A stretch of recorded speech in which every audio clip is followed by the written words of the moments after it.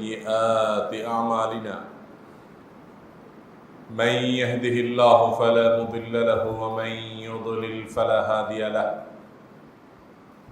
وأشهد أن لا إله إلا الله وحده لا شريك له وأشهد أن محمدا عبده ورسوله أرسله بالحق بشيرا ونذيرا وداعيا إلى الله بإذنه وسراجا منيرا أما بعد فقد قال الله تبارك وتعالى في كلامه المجيد وفرقانه الحميد بعد أعوذ بالله من الشيطان الرجيم وما أصابتكم من مصيبة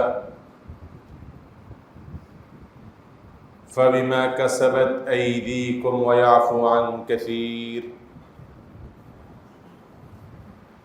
بارك الله لي ولكم في القرآن العظيم ونفعني وإياكم بالآيات والذكر الحكيم ونستغفر الله لي ولكم ولسائر المسلمين فاستغفروه إنه هو الغفور الرحيم محترم মুআজ্জাজ মুসল্লিয়ান কিরাম, কোরআনে হাকীমের একটি আয়াতের অংশ বিশেষ তিলাওয়াত করেছি। এই আয়াতে আল্লাহ রাব্বুল আলামিন তার বান্দাদের উদ্দেশ্যে গুরুত্বপূর্ণ একটি বার্তা দিয়েছেন, আর তা হলো যত মুসিবত এবং বিপদ আপদ, সমস্যা এবং বাধা বিপত্তি আমাদের চলতি পথে, আমাদের জীবনের পথে আসে, এগুলো সবগুলোই আমাদের দুহাতের কামাই। আর কখনো কখনো এগুলো আল্লাহর তরফ থেকে বান্দার জন্য পরীক্ষা স্বরূপ হয়। পরীক্ষার কথাটি আল্লাহ তাআলা অন্য আয়াতে বলেছেন। আল্লাহ বলেছেন ওয়ালানাবলুওয়ান্নাকুম বিশাইইম মিনাল খাউফি ওয়াল জু'i ওয়া নাকসিম মিনাল আমওয়ালি ওয়াল আনফুসি ওয়াস সামারাত ওয়া বাশশিরিস সাবিরিন। আমি অবশ্যই তোমাদেরকে পরীক্ষা করব, পরখ করব, ভয় দিয়ে, শঙ্কা দিয়ে, ক্ষুধা দিয়ে, দারিদ্র্য দিয়ে, দুর্ভিক্ষ দিয়ে, এবং তোমাদের ফল ফসল, সম্পদ সম্পত্তি ইত্যাদি প্রচুর পরিমাণে কমিয়ে দিয়ে হঠাৎ করে আমি পরীক্ষা করতে চাই। আর তোমাদের মধ্যে এই ধরনের পরিস্থিতিতে যে ব্যক্তি ধৈর্যশীল হিসাবে নিজেকে প্রমাণ করতে সক্ষম হবে তাকে তোমরা সুসংবাদ দাও, বা তাকে তুমি সুসংবাদ দাও। তো এই আয়াত থেকে বোঝা যায় যে বিপদ মুসিবত এগুলো আমাদের জীবনের অবিচ্ছেদ্য অঙ্গ। আল্লাহ তাআলা পৃথিবীতে এমন কোনো মানুষ পাঠান নাই যার জীবনে কখনো কোনো বিপদ বা মুসিবত হয়নি।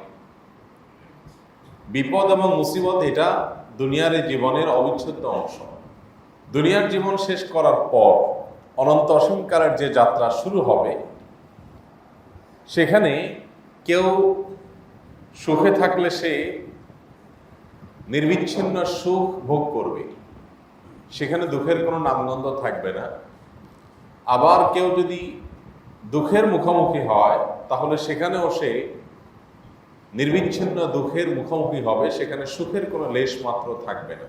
আর দুনিয়াটাকে আল্লাহ তাআলা এমনভাবে সৃষ্টি করেছেন যে এখানে সুখ এবং দুঃখ দুইটাই দিয়ে রেখেছেন। এর অন্যতম একটি কারণ, হাজার রহস্য হিকমত আল্লাহ তাআলা রয়েছে। তিনি আহকামুল হাকিমিন, মহান সৃষ্টিকর্তা। তার প্রতিটা কর্মের সকল রহস্য ভেদ করা এটা মানব মস্তিষ্ক দ্বারা কখনোই পুরোপুরি সম্ভব নয়। তবে মানুষ আল্লাহ তাআলার বিভিন্ন কাজের, বিভিন্ন সৃষ্টির রহস্য সম্পর্কে আল্লাহর দেয়া বিবেক বুদ্ধি দিয়ে বিভিন্ন রকমের রহস্যের দিক উন্মোচন করতে পারে, সেগুলোর ফলে তাদের ঈমান বৃদ্ধি হয়। আখিরাতের সুখ এবং আখিরাতের দুঃখ, এটার স্যাম্পল হলো দুনিয়ার সুখ এবং দুঃখ। এগুলো মূল না, এটা শুধুমাত্র নমুনা যে এই টাইপ হবে, কিন্তু এরকম না, এর চাইতে অনেক বেশকম হবে মূলটা। জাস্ট আইডিয়া দিয়েছেন আল্লাহ রাব্বুল আলামিন।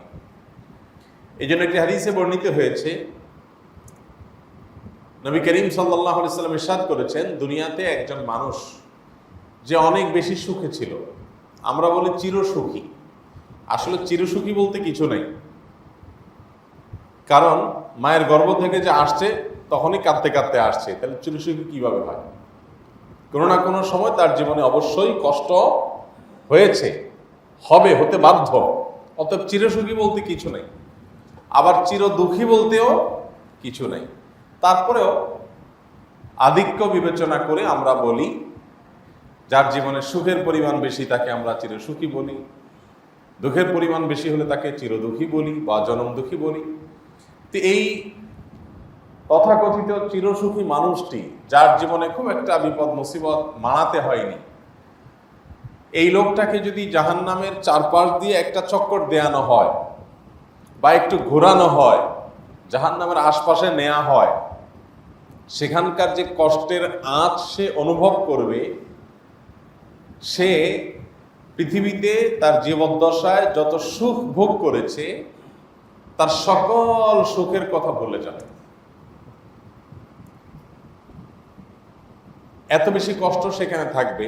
দুনিয়াতেও দেখা যায় যে আমরা অনেক সময় অনেক বেশি কষ্ট পড়লে পেছনের সুখের কথা একেবারে বেমালুম ভুলে যাই। ঠিক একইভাবে একজন মানুষ যখন দুনিয়াতে তথাকথিত জনম দুঃখী বা চির দুঃখী, যেটাকে আমরা বলি, অনেক বেশি দুঃখ যার জীবনে ছিল, এই লোকটাকে যদি জান্নাতের কাছাকাছি নেওয়া হয়, জান্নাতের যে নাজ নেয়ামত রয়েছে সেগুলো কিছুটাও সে দূর থেকে অনুভব করার সুযোগ পায়, তাহলে তার সারা জীবনের সকল দুঃখ, সকল কষ্ট, এগুলো সব সে ভুলে যাবে। এখান থেকে বোঝা যায় দুনিয়ার এই দুঃখ এটা আসল দুঃখ না, দুনিয়ার এই সুখ সেটাও আসল সুখ না। এটা বলতে পারেন কিছুটা আইডিয়া দেয়া মাত্র, যে দুনিয়ার এই সুখ দেখার পর ইমানদার সাথে সাথে জান্নাতের নেয়ামতের কথা স্মরণ করবে, যে তাহলে জান্নাতে না জানি কেমন হবে। দুনিয়ার এই দুঃখ এটা অনুভব করার পর ইমানদার চিন্তা করবে জাহান্নামের দুঃখ দুর্দশা না জানি কেমন হবে। তো এইরকম পরিস্থিতিতে আল্লাহ রাব্বুল আলামিনের কাছে একজন ইমানদার সর্বাবস্থায় নিজেকে সমর্পণ করে রাখবে। সুখের সময় আমরা অনেকেই মোটামুটি আলহামদুলিল্লাহ ভালো একটা অবস্থানে মানসিকভাবে থাকি, কিন্তু যখন দুঃখ দুর্দশা দেখা দেয় তখন আমাদের মধ্যে নানা রকমের অস্থিরতা শুরু হয়, নানা রকমের ব্যাকুলতা শুরু হয়, নানা রকমের সমস্যা এবং ব্যত্যয় শুরু হয়। এই জাতীয় সমস্যাগুলোতে একজন ইমানদারের করণীয় কি হবে, আজকে আমরা সে বিষয়ে কথা বলার চেষ্টা করব ইনশাআল্লাহ তাআলা। যে আল্লাহ রাব্বুল আলামিন বিপদ এবং মুসিবত যে আমাদের জীবনে দেন, এই বিপদ এবং মুসিবতগুলো আমাদের জীবনের গুরুত্বপূর্ণ অংশ। আমরা যারা বিপদে পড়ি, মুসিবতে পড়ি, বেশিরভাগ মানুষই এই টাইমগুলোতে আমরা খুব বেশি হাহাকার করি, খুব বেশি অস্থির হয়ে পড়ি। এটা মানবীয় প্রকৃতি বলতে পারেন। আর আল্লাহ রাব্বুল আলামিন দেখতে চান যে বান্দা এই সময়টাতে কি করে। সুসময়ে অনেকেই আলহামদুলিল্লাহ, সুবহানাল্লাহ, জিকির আজকার, দান সদকা, আল্লাহ শুকর এগুলো আদায় করতে পারে, কিন্তু সময়টা যখন খারাপ যায় তখন মানুষ কি করে, এটা হলো দেখার বিষয়। আপনি অনেক ভালো মানুষকে দেখবেন যে উনি খুব ভালো, ওনার আচরণ খুব ভালো, ওনার আখলাক ভালো, বাট সময়টা যখন একটু কঠিন যায়, কোনো কারণে একটু ব্যাটে বলে না হয়, তখন দেখবেন যে চেহারা এবং হাবভাব সবকিছুতে আমূল পরিবর্তন, দুই রূপ। তখনকার রূপার পরের রূপের সাথে কোনো মিল খুঁজে পাওয়া যায় না। তো এই জায়গাটাতে আমাদেরকে পারফর্ম করতে হবে, যে আমার পারফরমেন্স যেন এমন হয় যে আমি ধৈর্যশীল হিসেবে নিজেকে প্রমাণ করতে পারছি। আর এই জন্য আল্লাহ তাআলা পরীক্ষা সম্পর্কিত আয়াতে বলে যে আমি বান্দাকে বিভিন্নভাবে পরীক্ষা করব। আল্লাহ তাআলা দিয়েও পরীক্ষা করেন, নিয়েও পরীক্ষা করেন। আল্লাহ তাআলা সুস্থ রেখেও পরীক্ষা করেন, অসুস্থতা দিয়েও পরীক্ষা করেন। এই পরীক্ষার সময় আল্লাহর উপরে সন্তুষ্ট থাকাটা হলো গুরুত্বপূর্ণ। আর সন্তুষ্ট থাকাটা সহজ হবে যদি আপনি এই বিপদ এবং মুসিবতগুলো আল্লাহর তরফ থেকে আসছে, এটি আপনার একটা পরীক্ষার জায়গা, এখান থেকে আপনার একটা অ্যাচিভমেন্ট করার সুযোগ আছে, এই বিষয়গুলো যদি আপনি রিলেট করতে পারেন, তখন আপনার জন্য পরীক্ষায় উত্তীর্ণ হওয়াটা কি হবে, সহজ হবে। একজন পরীক্ষার্থী তিনি যে কোনো কঠিন পরীক্ষার মুখোমুখি হয়েছে, তিনি জানেন এই পরীক্ষায় তিনি ভালো করতে যদি পারেন তাহলে সেক্ষেত্রে তার একটা ভালো অর্জন হবে, তিনি একটা ভালো জায়গায় যেতে পারবেন। তো সেই জন্য সে আল্লাহর বান্দা কিন্তু যত কঠিনই হোক পরীক্ষা উত্তীর্ণ হওয়ার জন্য আপ্রাণ চেষ্টা করে এবং সেই পরীক্ষায় একটা জায়গায় চলে যায় আলহামদুলিল্লাহ। আবার একটা মানুষ যদি এরকম কোনো কষ্ট বা মুসিবতকে সেভাবে না নিতে পারেন যে এরপরে আমার সুখ বা শান্তি আসতে পারে বা এর মাধ্যমে আমার সুখ শান্তি নিরূপিত হবে, এটা যদি সে অনুভব করতে না পারে, তখন তার জন্য এটা আযাবই আযাব হয়, হতাশা আর হতাশা ছাড়া আর কিছুই নাই। ইমানদারের সাথে বেঈমান বা আল্লাহর প্রতি যার ইমান নাই, যে অবিশ্বাসী, তার পার্থক্যের এটা একটা জায়গা। ইমানদার সকল কঠিন পরিস্থিতিতে তার একটা সান্ত্বনা আছে, তার একটা নিজেকে নিজে প্রবোধ দেওয়ার জায়গা আছে যে আমার পরীক্ষার পিরিয়ড চলছে, আমি শুধুমাত্র এই টাইমে সবর করে ধৈর্য ধারণ করে আল্লাহর প্রতি পরিপূর্ণ ঈমানটাকে ধরে রাখাটাই হলো আমার চ্যালেঞ্জিং। এটা যদি করতে পারি তাহলে আল্লাহ কোরআনে বলেছেন ওয়াবাশশিরিস সাবিরিন, ধৈর্যশীলদেরকে আপনি সুসংবাদ দিয়ে রাখুন হে রাসূল। আর হাদিসে আসছে নবী করিম সাল্লাল্লাহু আলাইহি ওয়াসাল্লাম বলেছেন আস-সাবরু সাওয়াবুহু আল জান্নাহ, ধৈর্য এটার বিনিময়ে আল্লাহ কি দিবেন? জান্নাত দিবেন। আপনি ব্যবসা বাণিজ্য করছেন, একের পর এক মার খাচ্ছেন, ধরা খাচ্ছেন, লস হচ্ছে, কোমরটা সোজা করতে পারছেন না, একটু সোজা হচ্ছেন তো আবার আঘাত আসছে। কোভিড-19 যে যাইতে না যাইতে একটু পোষানোর চেষ্টা করছেন, এর মধ্যে আবার রাশিয়া ইউক্রেনের যুদ্ধ চাপানো, এরপরে আবার দেশীয় বৈশ্বিক নানান সমস্যা দেখা দিল, কোমর সোজা করতে পারছেন না। আপনি যদি এর রহস্যটার দিকে একটু তাকান যে আল্লাহ রাব্বুল আলামিন আমাকে পরীক্ষা করতে চাইছেন, এবং এই পরীক্ষা যদি আমার সবকিছু হারিয়েও ফেলতে হয় আর তার বিনিময়ে জান্নাত হয়, তাহলে ডিলটা কি লসের ডিল হলো না লাভের ডিল হলো? দুনিয়াতে আপনার কষ্ট হলো, কষ্ট হতে হতে কি হবে? আপনার ব্যবসা বাণিজ্য সব যেতে যেতে যেতে যেতে যেতে আপনি রাস্তা দাঁড়ায় গেলেন, এই তো, এর বেশি কিছু তো হবে না। অথবা কষ্ট করতে করতে করতে করতে আপনার রূপটা বের হয়ে যাবে, এই তো, মরে যাবেন, এর চেয়ে বেশি কিছু তার হবে না। তো এটা তো এমনিও হবে, এক সময় রাস্তায় তো আপনাকে এমনিও যখন মরে যাবেন সব মানুষ ভাগযোগ করে নিয়ে যাবে, আপনাকে মাটির নিচে রেখে চলে আসবে। এই পরিস্থিতির সম্মুখীন এমনিতেও হতে হবে কি হবে না? আর আপনি যে কষ্টে আছেন, মুসিবতে আছেন, বিপদে আছেন, এই বিপদটা যত কষ্টকর হোক, যত কষ্টদায়ক হোক, এটার যন্ত্রণা, এটার কষ্ট সহ্য করতে না পারে আপনি মারা গেলেন, তো মারা তো আপনি এমনিও যাবেন। অতএব আপনি অবশ্যম্ভাবী পরিণতির দিকেই অগ্রসর হচ্ছেন, নতুন কিছু হবে না। যা এমনিতেও হয়তো যা সেদিকে হয়তো আপনাকে যেতে হবে, এর বাইরে আর কিছু। কিন্তু এটার বিনিময়ে যদি আল্লাহ রাব্বুল আলামিন আপনাকে কিয়ামতের ময়দানে জান্নাতের সার্টিফিকেট দিয়ে দেন, চির সুখ, যেখান থেকে আর কখনো দুঃখের দেখা পাবেন না, তারপরে আর কখনো আপনার জান্নাত থেকে বের হতে হবে না, অনন্ত অসীমকালের সুখের যদি আপনি পরোয়ানা পেয়ে যান দুনিয়ার এই 10, 20, 30 বছরের কষ্টের বিনিময়ে, তাহলে সেটা অবশ্যই লাভজনক ডিল, সেটা কখনো আমাদের জন্য লসের ডিল হতে পারে। ইমানদার যখন তার আইডিওলজি, তার চিন্তাভাবনা যখন এরকম হবে, তার দর্শন যখন এরকম হবে, তখন তার জন্য এই সকল কষ্ট সহ্য করা পানির মতো কি হবে? সহজ।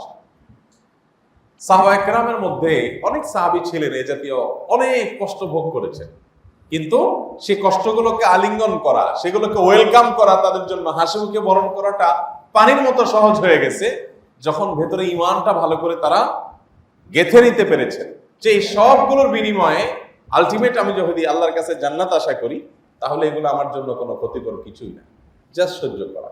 একজন রোগী, তিনি যেরকম ডাক্তারের কাছে নিজেকে সমর্পণ করেন, কাটাছেঁড়া করেন, ডাক্তার সাহেব অপারেশন করেন, হ্যাঁ, এবং তিতা ওষুধ দেন, তার পছন্দ হয় না সেরকম ট্রিটমেন্টও তার উপরে আরোপ করেন, সবকিছুকে রোগী মেনে নেয়, সহ্য করে নেয়। কেন? কারণ জানে যে এই কষ্টটা সহ্য করতে পারলেই আমার কি হবে? সুখ হবে। মুহতারাম হাজিরিন,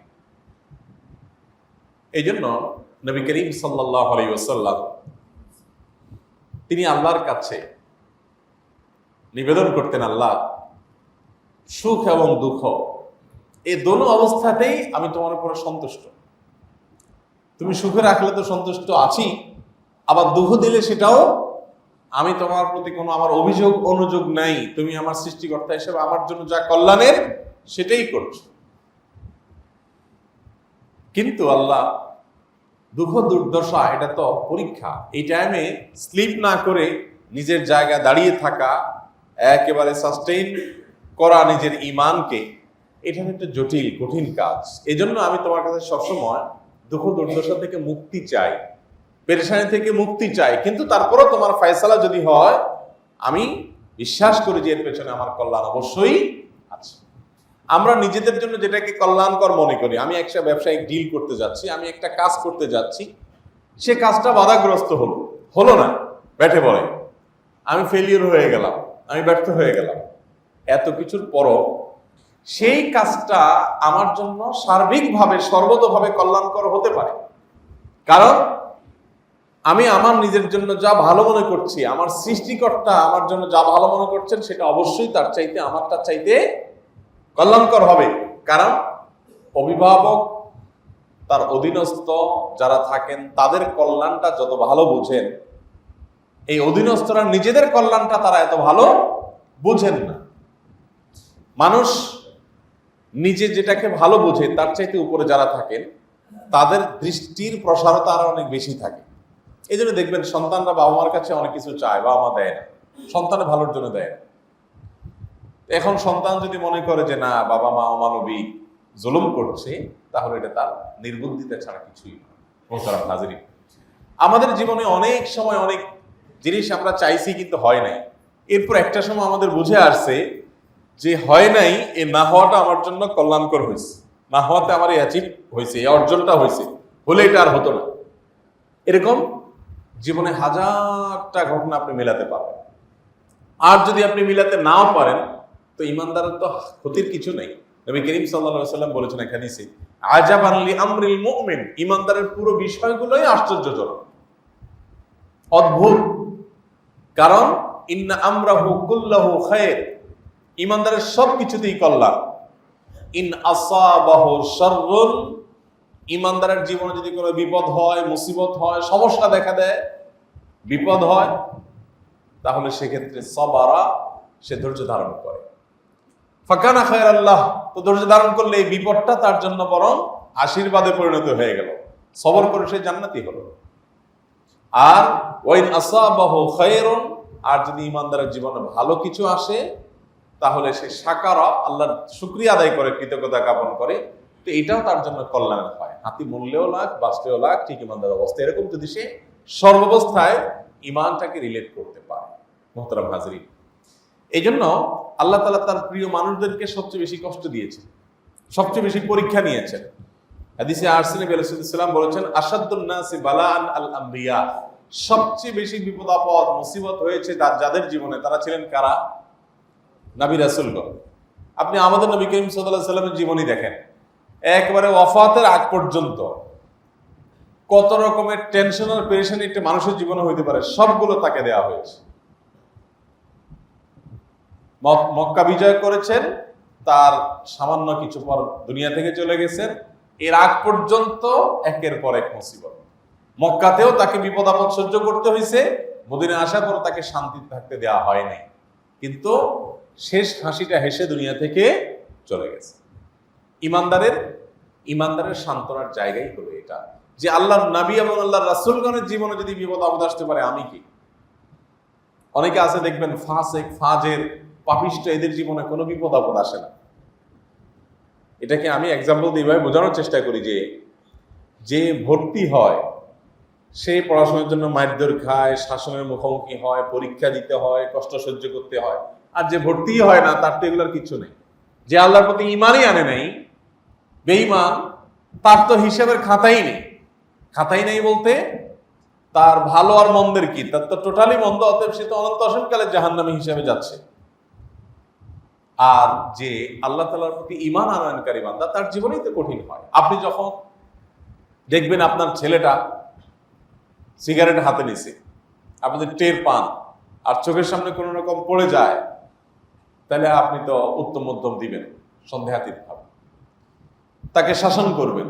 কিন্তু আপনার আশেপাশে চোখের সামনে কত ছেলে সিগারেট খাচ্ছে, আরো কত অন্যায় অনাচার করছে, আপনি দেখেও সেগুলাতে তেমন করে ইন্টারফেয়ার করবেন না। কেন করবেন না? কারণ এগুলো তো আমার ছেলে না, এটা আমার ছেলে। অতএব যেটাকে মানুষ নিজের হিসাবে অন করে, তার প্রতি যে মানসিকতা থাকে, অন্যদের প্রতি সেই মানসিকতা থাকে না।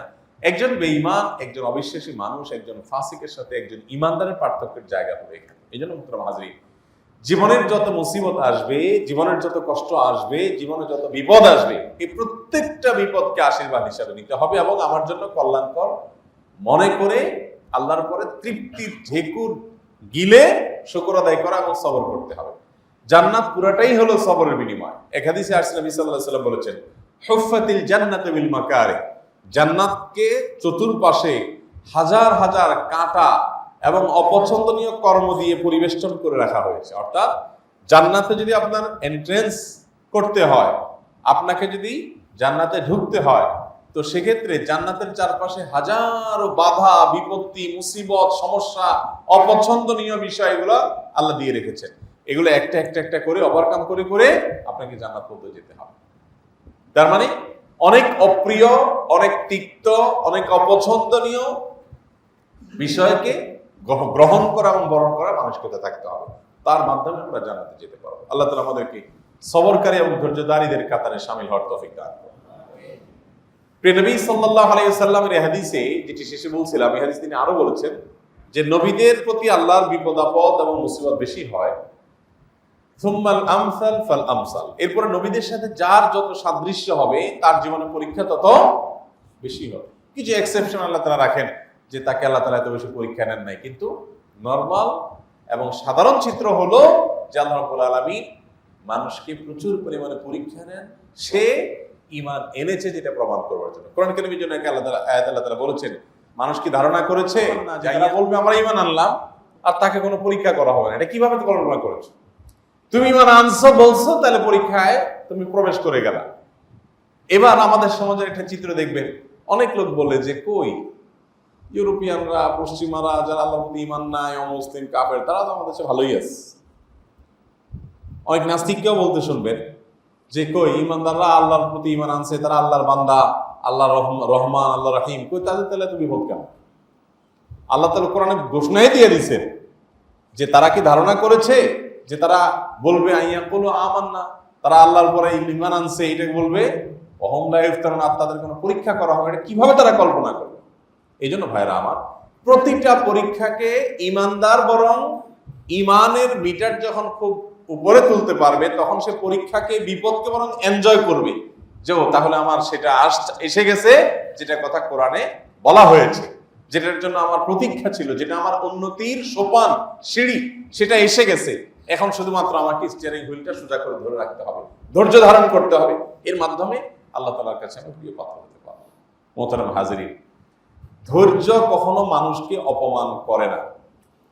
ধৈর্য ধারণ করে পৃথিবীতে কেউ ক্ষতিগ্রস্ত হয় নাই, কিন্তু ধৈর্য হারা হয়ে প্রতিবার আমরা অপদস্থ হই, অপমানিত হই, ক্ষতিগ্রস্ত হই। আপনার জীবনে কতবার মাথা গরম করে খেই হারিয়ে ফেলে, ধৈর্য হারিয়ে ফেলে বিপদের মুখে পড়েছেন, অসম্মানিত হয়েছেন, অপমানিত হয়েছেন, ছোট হতে হয়েছে আপনাকে, কিন্তু একবারও জীবনে দেখতে পাবেন না যে ধৈর্য ধারণ করার কারণে আপনাকে অপমানিত হতে হয়েছে অথবা ক্ষতিগ্রস্ত হয়েছে, কখনো না। এই জন্য আস-সাবরু কুল্লুহু খায়র, ধৈর্যের সবটুকুই ভালো, ধৈর্যের মধ্যে কোনো খারাপের দিক হতে পারে না। কে কতটা নিজেকে নিয়ন্ত্রণ করতে পারে, এটা হলো বড় পরীক্ষার বিষয়। ভালো মুসলমান সে যার ভিতরে আত্মনিয়ন্ত্রণ করার ক্ষমতা আছে। বিপদের সময় আলহামদুলিল্লাহ সবর করে যাচ্ছে, হাসি মুখে বরণ করে নিচ্ছে। তার বিপত্তিমূলক সময় সে নিজেকে নিয়ন্ত্রণ করছে, খেই হারাই ফেলেনি। এটা হলো ইমানদারের বৈশিষ্ট্য। এই জন্য নবী করিম সাল্লাল্লাহু আলাইহি সাল্লাম হাদিসে আসছে যে সাহাবীদেরকে নিয়ে তিনি যাচ্ছিলেন কোথাও, একটা জায়গায় কুস্তি চলছিল। কুস্তি যখন কুস্তি চলছে, কুস্তির প্রতিযোগিতা চলছে, তো একের পর এক প্রতিযোগীরা আসছে।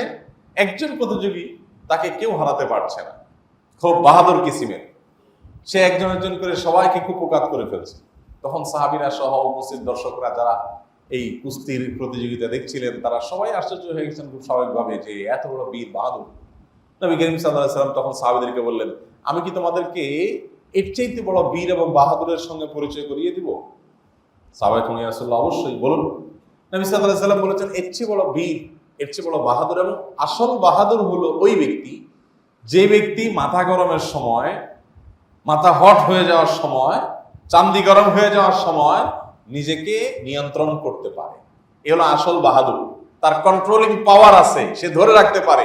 প্রতিপক্ষ কুস্তিতে কম্পিটিশনে এসেছে, তাকে ধরে রাখতে পারা এটা যত কঠিন, আপনার বিরূপ পরিস্থিতিতে, বিরূপ পরিবেশে আত্মনিয়ন্ত্রণ করা বা নিজেকে ধরে রাখাটা এর চাইতে অনেক বেশি কঠিন। কত মানুষ দেখবেন যে মাশাআল্লাহ ওনার অনেক দিক থেকে দক্ষতা আছে, যোগ্যতা আছে, এই জায়গায় এসে উনি কাত হয়ে যান। আবার অনেক মানুষ আছে মাশাআল্লাহ যে আল্লাহ তাআলা তাকে প্রচন্ড রকমের ধৈর্য শক্তি দিয়েছেন, এরকম পরিস্থিতি তিনি দাঁড়িয়ে থাকতে পারেন জায়গায়, বিচলিত হন না। মোহতারাম হাজরিন, এই জায়গাটা যেতে হবে। অনেক মানুষ আছেন তার নামাজের পারফরমেন্স খুব ভালো, রোজার পারফরমেন্স খুব ভালো, দান সাদেকার পারফরমেন্স খুব ভালো, ওয়াজ করতে পারেন সুন্দর সুন্দর মাশাআল্লাহ, ওনার অন্য অনেক ভালো গুণ আছে, বাট আত্মনিয়ন্ত্রণ করার ক্ষমতা, এই সবরটা, এটা বিশেষ করে বিপদ আপদ, মুসিবত, আমরা যেটাকে বলি সময় খারাপ যাওয়া, আসলে সময় কখনো ভালো খারাপ হয় না, সময়ের সৃষ্টি করতে আল্লাহ তাআলা, কিন্তু আমাদের উপর দিয়ে যখন বিপদ আপদ যায়, যে সময়টাতে যে আমরা ওই সময়টাকে উপকার থেকে বলি যে খারাপ সময় যাচ্ছে, এই খারাপ সময় তথাকথিত এই সময়টাতে যে ব্যক্তি বিচলিত না হয়ে দাঁড়িয়ে থাকতে পারে, আলহামদুলিল্লাহ, ইন্না মাআল উসরি ইউসরা, নিশ্চয়ই কঠিনের পরেই সহজ হয়, দুঃখের পরেই সুখ আসে।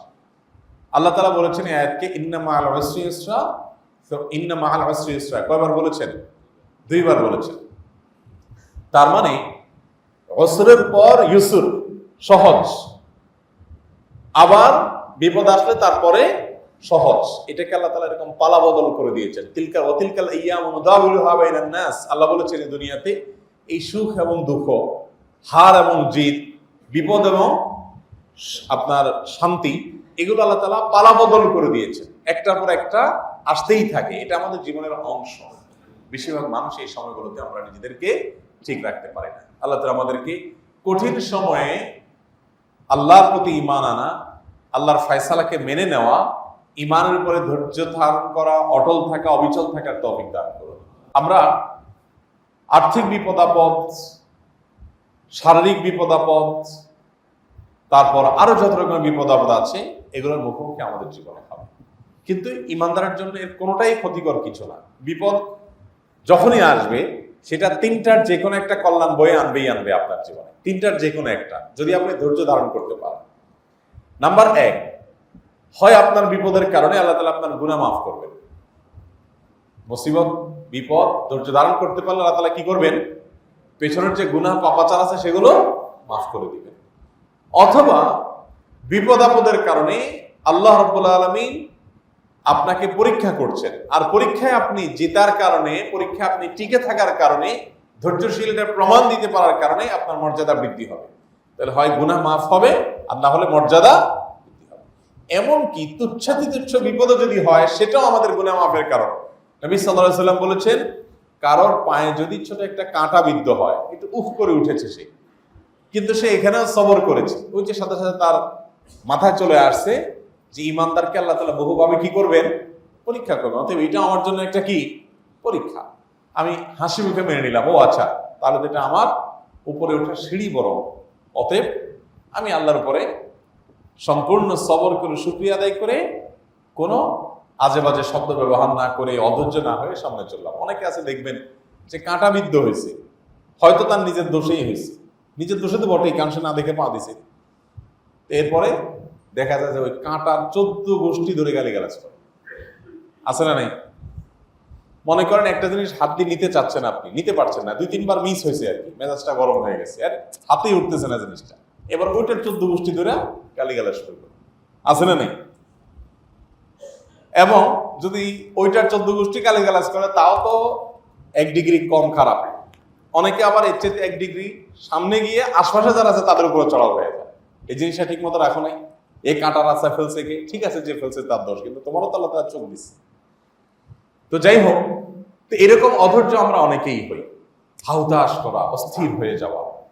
ঈমানদারের ভেতর দিয়ে তুফান চলে যাবে, কিন্তু তার মুখে হাসি থাকবে, সেটাকে মেনে নেওয়ার মতো মানসিকতা থাকবে। খুব কঠিন একটা ইবাদত, এটাকে আমরা ইবাদত হিসাবে জানিই না, এটাকে আমরা ইবাদত হিসাবে স্বীকার করি না অনেক, সেটা ইবাদত। ঈমানের গুরুত্বপূর্ণ একটা পাঠ হলো রিদা বিল কাদা। রিদা বিল কাদা মানে কি? আল্লাহ, আপনি আমার জন্য যা ফয়সালা করেছেন আমি সেটাতে কি সন্তুষ্ট। আপনার কোনো প্রিয়জন মারা গেছেন, আপনি বলছেন ইন্না লিল্লাহি ওয়া ইন্না ইলাইহি রাজিউন। শুধু এটা প্রিয়জন মারা যাওয়ার দোয়া না, আমরা মনে করি মানুষ মরলে এই দোয়া পড়তে হয়। আল্লাহ কোরআনে বলেছেন কি, ওয়াল্লাযীনা ইযা আসাবাতহুম মুসিবা ক্বালু ইন্না লিল্লাহি ওয়া ইন্না ইলাইহি রাজিউন। নেককার এবং ঈমানদারদের বৈশিষ্ট্য হলো যে তাদের যখন কোনো বিপদ আসে, যে কোনো বিপদ, সাথে সাথে তারা কি বলে, ইন্না লিল্লাহি ওয়া ইন্না ইলাইহি রাজিউন। মানেটা কি? এটার অর্থটা যদি খেয়াল করেন তাহলে দেখবেন যে এটার অর্থের মধ্যে এক ধরনের সান্ত্বনা আছে। ঈমানদার বিপদ আসার পর বলবে ইন্না লিল্লাহ, নিশ্চয় আমরা সবাই আল্লাহ, আমরা সবাই কার? তিনি মালিক, আমরা তার অধীনস্থ, তার গোলাম দাস, আমরা তার সৃষ্টি মাত্র, তিনি মালিক, সব তার। আমরা, আমার যে ক্ষতিটা হলো, আমার অর্থের ক্ষতি হলো, আমার স্বাস্থ্যের ক্ষতি হলো, আমার সম্মানের ক্ষতি হলো, আমার অন্য যে কোনো ক্ষতি হলো, যত ক্ষতি হোক না কেন, আমার যে সম্মান, আমার যে স্বাস্থ্য, আমার যে সম্পদ, আমার যা কিছু আছে, আমার জীবন, এই সব কিছুর একচ্ছত্র মালিকানা তার। তাহলে আমি যদি স্বীকার করি যে আমরা সবাই আল্লাহ, ওয়া ইন্না ইলাইহি রাজিউন, তার কাছে আমার চলে যেতে হবে, তাহলে যার জিনিস তিনি নিয়ে গেছেন, এটা তুলনামূলকভাবে মেনে নেওয়াটা একটু সহজ না? আপনি আমাকে একটা জিনিস দিলেন, দেওয়ার পর আপনার জিনিসটা আপনি নিয়ে গেলেন, এটা মেনে নিতে অনেক সহজ হয়। আর যদি ব্যাপারটা এরকম হয় যে না আমার জিনিস কিন্তু আপনি চিন্তা করে নিয়ে গেছেন, তখন তো এটা মানাটা সহজ হয় না। আপনি যখন এইভাবে দেখবেন যে সম্পদ আমাকে কে দিয়েছে? আল্লাহ দিয়েছে, অতএব যিনি দিয়েছেন তিনি আবার নিয়েছেন, আবার তিনি হচ্ছে দ্বিগুণ দিতে পারেন, অতএব আমি হ্যাপি, আলহামদুলিল্লাহ। আল্লাহ, আমার কোনো অভিযোগ নাই, কার বিরুদ্ধে অভিযোগ করবো? যার জন্য সে নিচে অভিযোগ করবো কেউ? এখানে ইমানদারের জন্য সান্ত্বনা আছে। ইমানদার এভাবে নিজেকে ধৈর্য ধারণ করবে। কিন্তু এরপরে দেখা যায় আমরা আমাদের এই ক্ষুদ্র জনপদ, আমাদের প্রিয় মাতৃভূমিতে দেখি, বাংলাদেশি, বাংলা ভাষাভাষী ভাইরা দেশে বিদেশে যেখানে আমরা আছি, আমরা বেশিরভাগ মানুষ মুসলমান, দেশে অধিবাসীরা, অন্যান্য ধর্মাবলম্বী ভাইরাও আমাদের সাথে সহাবস্থান করছেন, এদেশে আমরা সবাই মিলেমিশে আছি, বাট বেশিরভাগ মানুষ মুসলমান। তাহলে ইসলামটা তো আমাদের দৈনন্দিন আচার আচরণে প্রকাশিত হবে। আমাদের আচার আচরণে নামাজ প্রকাশিত হয়, রোজা প্রকাশিত হয়, পরিমাণে কম হোক বেশি হোক, কিন্তু এই যে সবর, ধৈর্য ধারণ, আরো এই জাতীয় যে গুণাবলী আমাদের আচরণে প্রকাশিত হওয়ার কথা ছিল, সেটা কিন্তু সেরকম প্রকাশ হতে দেখা যায়। অতএব এই চ্যালেঞ্জটা আমাদেরকে নিতে হবে। আমি যে জায়গায় ছিলাম, যে যত মুসিবত আছে ইমানদারের জীবনে, সেটা তিনটার কোন একটা হয়। একে তো তার মাধ্যমে গুনাহ মাফ হয়, আল্লাহ তাআলা বান্দার পাপ ক্ষমা করে দেন। যেটা বললাম যে একটা কাঁটা বিদ্ধ হলেও যদি সে সবর করতে পারে, আল্লাহ তাআলা মাফ করে দিবেন। আর যদি সে মুখটুক খারাপ করে, বেসবর হয়, আসার ফিসার শুরু করে, বকাচকা শুরু করে, অধৈর্য হয়ে যায়, তো শেষ। আবার অনেকে সবর করে কিরকম, সব অধৈর্য হওয়ার জন্য যা লাগে সবকিছু করে টরে এরপরে কি করে, সবর করে। ধরেন কথার কথা, একটা বিপদ হলো, গালি গালাজ, বকা ঝকা, অস্থিরতা, আল্লাহর প্রতি অসন্তুষ্টি, এটা সেটা সবকিছু করে টরে শেষ করে এরপর শেষে বলে কি, যাক ধৈর্য ধারণ করলাম, আর কি করা যাবে? আছে না না এরকম?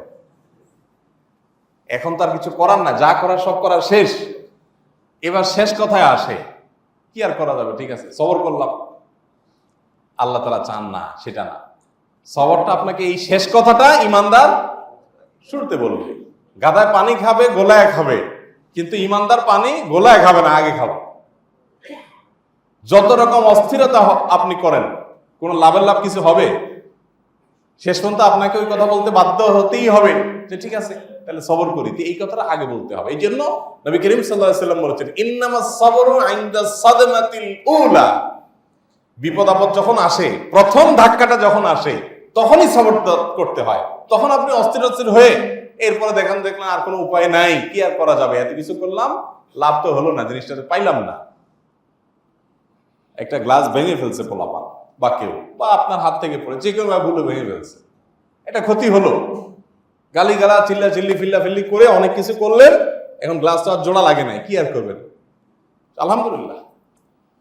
এবার আলহামদুলিল্লাহ বলে আর কি হবে না, লাভ হবে না, কারণ যা করার সবর নষ্ট করে ফেলেছে। সবর হয় না।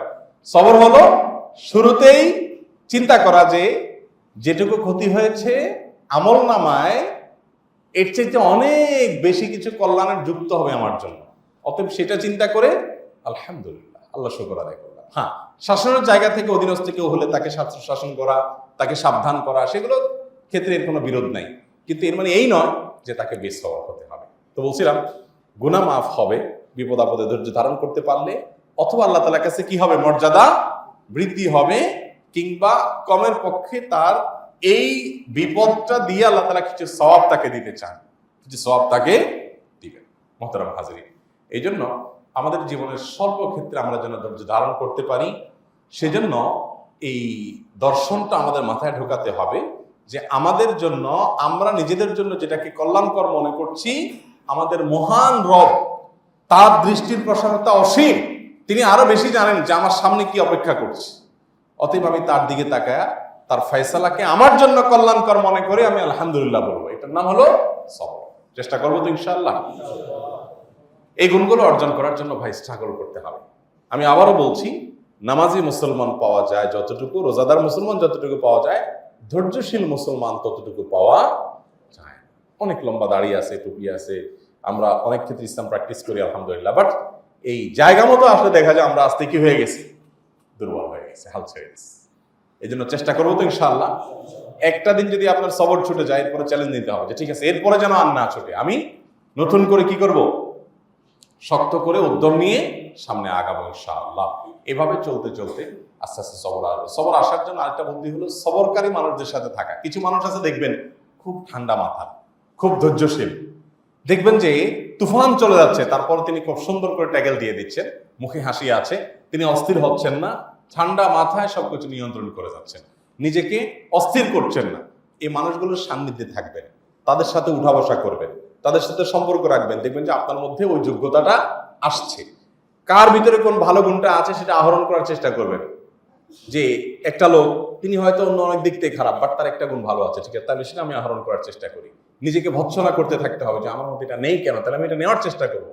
এভাবে মানুষ ধীরে ধীরে জান্নাতের দিকে অগ্রসর হয়। আর যদি আমরা এগুলো বাদ দিয়ে শুধু জাগতিক কল্যাণের পিছনেই পড়ে থাকি, পয়সা কড়ির পিছনে পড়ে থাকি, আর যেটাকে বলা হয় আত্ম উন্নয়ন, নিজেকে ভালো মানুষ, আরো ভালো মানুষ করার যে চেষ্টা, সেই চেষ্টায় বা সেই দৌড়ে যদি আমরা পিছিয়ে পড়ে যাই, তাহলে এই দৌড়ে পিছিয়ে পড়ে গেলে জান্নাতে যাওয়ার আশা করা বড় কঠিন। আল্লাহ তাআলা আমাকে আপনাকে, আমাদের সবাইকে ধৈর্যশীল মানুষ হওয়ার তৌফিক দান করুন, সবরকারীদের কাতারে শামিল হওয়ার তৌফিক দান করুন, এবং সবর বিনিময়ে আল্লাহ তাআলা একমাত্র জান্নাত রেখেছেন। অতএব এই সবরটার কোনো বিকল্প আমাদের নাই।